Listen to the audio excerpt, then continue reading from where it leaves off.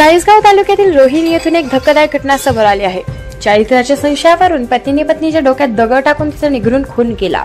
या घटनेत परिसरातील एकच खळबळ उडाली आहे। भारताबाई कैलास गायकवाड असे खून झालेल्या महिलेचे नाव आहे, तर पती कैलास एकनाथ गायकवाड राहणार ओझर तालुका चाळीसगाव याला पोलिसांनी अटक केली। चाळीसगाव तालुक्यातील ओझर येथील रहिवासी कैलास गायकवाड हा पत्नी भारताबाई हिच्यासोबत कामानिमित्ताने रोहिणी या गावी राहत होता।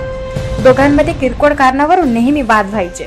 इतकेच नाही तर कैलास हा पत्नी भारताबाई हिच्या चारित्र्यावर संशय घेऊन तिला त्रास देत तिच्यासोबत वाद घालायचा, तसेच तिचा छळ करायचा।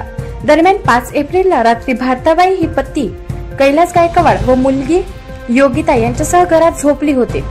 यावेळी कैलासने दगड डोक्यात टाकून भारताबाई हिचा खून केला।